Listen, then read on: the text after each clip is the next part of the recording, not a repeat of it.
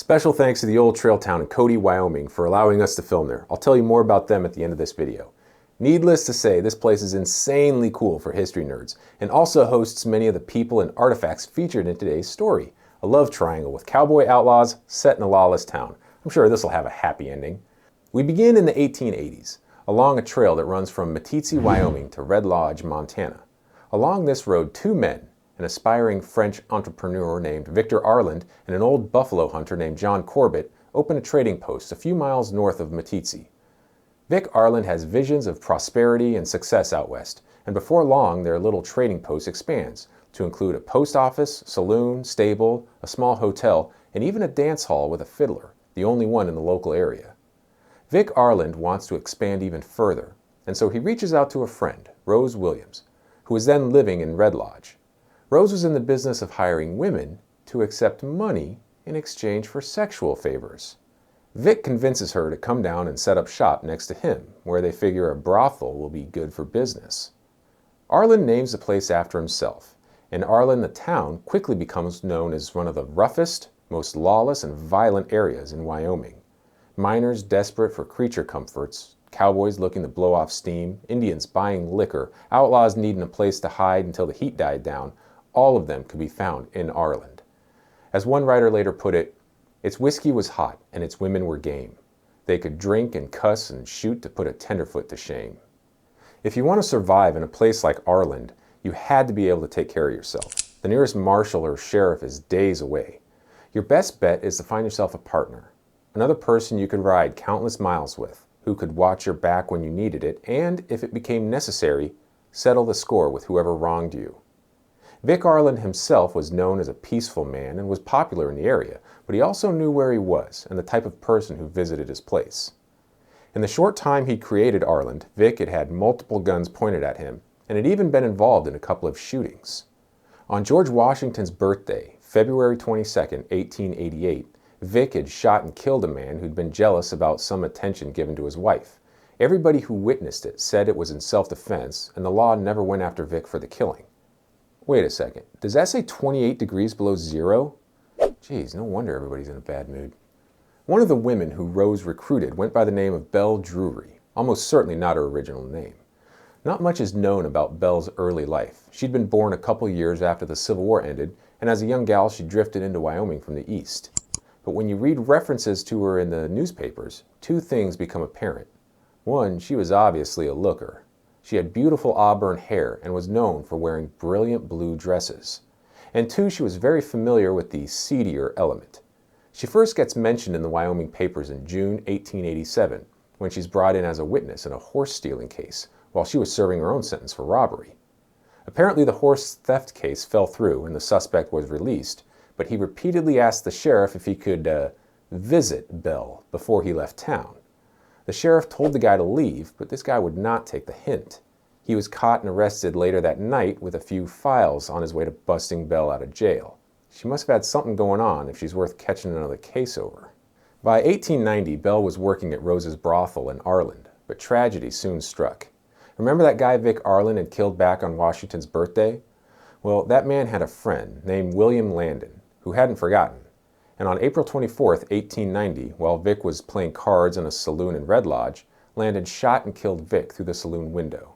Vic's death led to financial crisis and instability at Arland. John Corbett was nowhere near as good a bookkeeper as Arland had been. Rose kept her business going, though, and Belle soon fell in with a local cowboy named William Gallagher. Gallagher was a tall, good-looking fella with a huge black mustache. He was an expert horseman and cowboy, but was anything but a model employee. In fact, one of his employers would later tell how Gallagher had threatened to kill him for supposedly shorting him $75. Gallagher was extremely volatile, even for a rough country like Wyoming, and was involved in a list of crimes. He even bragged that he once captured the town of Thermopolis and was going to sell it back to the Indians before he was captured and thrown in the town's jail. Gallagher did have one friend, though, his partner, a man named Bill Houlihan.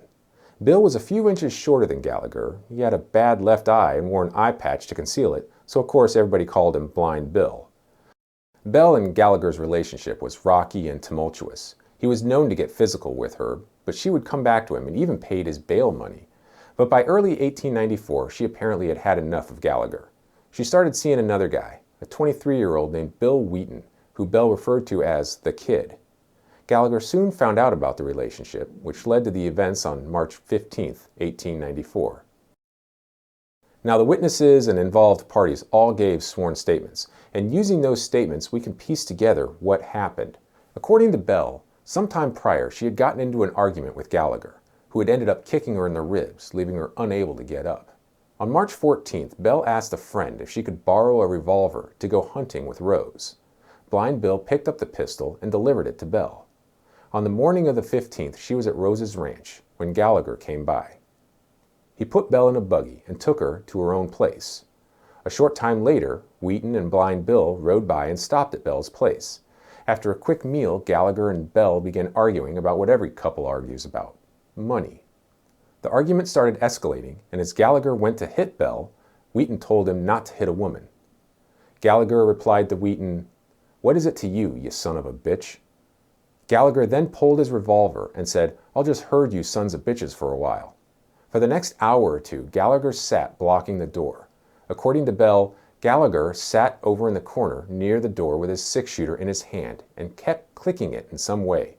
I asked if I could go out, but he said for me to sit still, as he did not want Wheaton and I separated. Bell was eventually able to leave the ranch house and started for Meeteetse, but said she was afraid of getting lost and went back.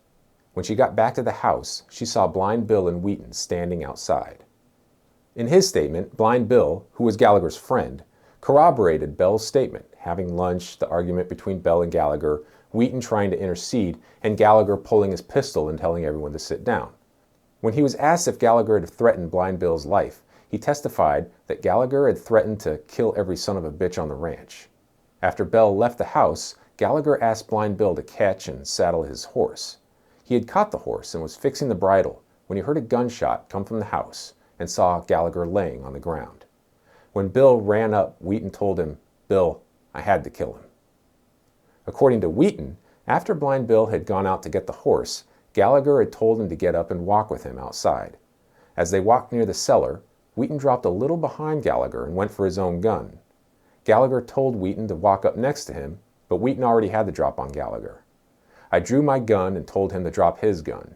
He turned partly toward me and I fired. He fell at once. Wheaton claimed the pistol he used was his that he carried when he rode to work, but the Gallagher probably didn't know Wheaton had it on him. An inquest was convened that afternoon. When Bell was questioned about if she had been forced to go with Gallagher into the buggy that morning, she replied, "I don't like to answer that question." When she was pressed, Bell told the inquest that Gallagher had told her she had to go, and she was afraid he would kill her if she didn't.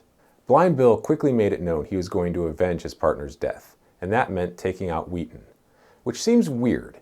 If Blind Bill was legitimately being threatened by Gallagher along with everyone else in the house, then why would he later swear vengeance on the man who had eliminated the threat? The answer can be found in a couple of letters Blind Bill wrote on April 5, 1894, a few weeks after Gallagher's death. The first was to his father in Michigan. In this letter, Blind Bill seems resolved to finish things with Wheaton. "That man that killed my pardon me will meet, and the best man will come off lucky. Don't worry for me, I'm all right now. Living or dead is all the same to me. Write to me soon, for I may be living, but I don't know." The second letter was also written that day to the local undertaker. Evidently, a lot had happened since Blind Bill's first letter. Before Blind Bill could make a move on Wheaton, somebody got Blind Bill first. The newspapers reported that Blind Bill had become despondent and committed suicide, but I've never heard of anybody committing suicide by shooting themselves in the back. As he lay dying, Blind Bill started his letter with the words, "When you read this, I will be no more." Blind Bill claimed he was the one who delivered the revolver to Bell that Wheaton had used to kill Gallagher. He also provided what he thought was the actual motive for Gallagher's killing. "When Wheaton left Roses with me, he said that he would bring Bell back or kill that black son of a bitch. Wheaton is stuck on Bell and wanted to marry her." Bill signed the note, "Farewell forever." From Bill's dying declaration, it sounds like he thought Bell and Wheaton had conspired to kill Gallagher, and at the end of the day, you still have to stick up for your partner. Nobody was ever held to answer for Blind Bill's murder. However, both Bell and Wheaton were arrested for William Gallagher's murder. Charges against Bell were dropped, but William Wheaton was convicted of manslaughter and did 4 years in the Wyoming State Penitentiary. By the time he was released, Arland had changed drastically. Shortly after the shootings, Rose Williams passed away, while Belle Drury continued working at the brothel. There are a couple of versions of Belle's death. One story goes that she was poisoned by another prostitute working at Rose's place, a native gal named Tahunis. Another version says that she became romantically linked with John Corbett, even after his marriage in 1895.